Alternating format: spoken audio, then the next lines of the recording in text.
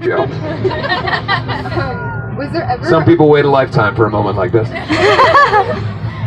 Was there ever a moment where you like knew that you really wanted to be who you are right now? Like, did you ever think you were gonna get this far? And like, Yeah, I mean, I think my whole life, in many ways, was hurrying up into adulthood. I wanted to be a guy in a band. I wanted to be on tour. I wanted to be on this side of the fence at Warped Tour.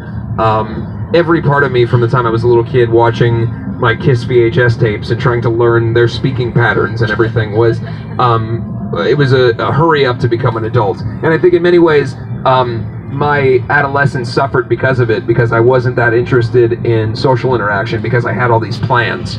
The song They Don't Need to Understand is about coming home from school every day and not really being able to associate with other kids and not really having a large friend group because they didn't get that I had all these plans for myself and I was going to do this thing. And I think I kind of isolated myself in many ways. And then I ultimately became an adult who had no social skills at all, and it was very difficult to be around for many years. And maybe still I am, but I'm working on it.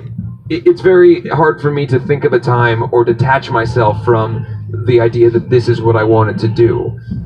From the time I was 3 years old, I can remember going to my pediatrician and my pediatrician asking what I was going to do for a living, and I said, oh, of course I'm going to be a big rock star and all this stuff, and he laughed at me, and I never wanted to go back to that pediatrician again because I was mad at him because he didn't understand, like, this is a real thing.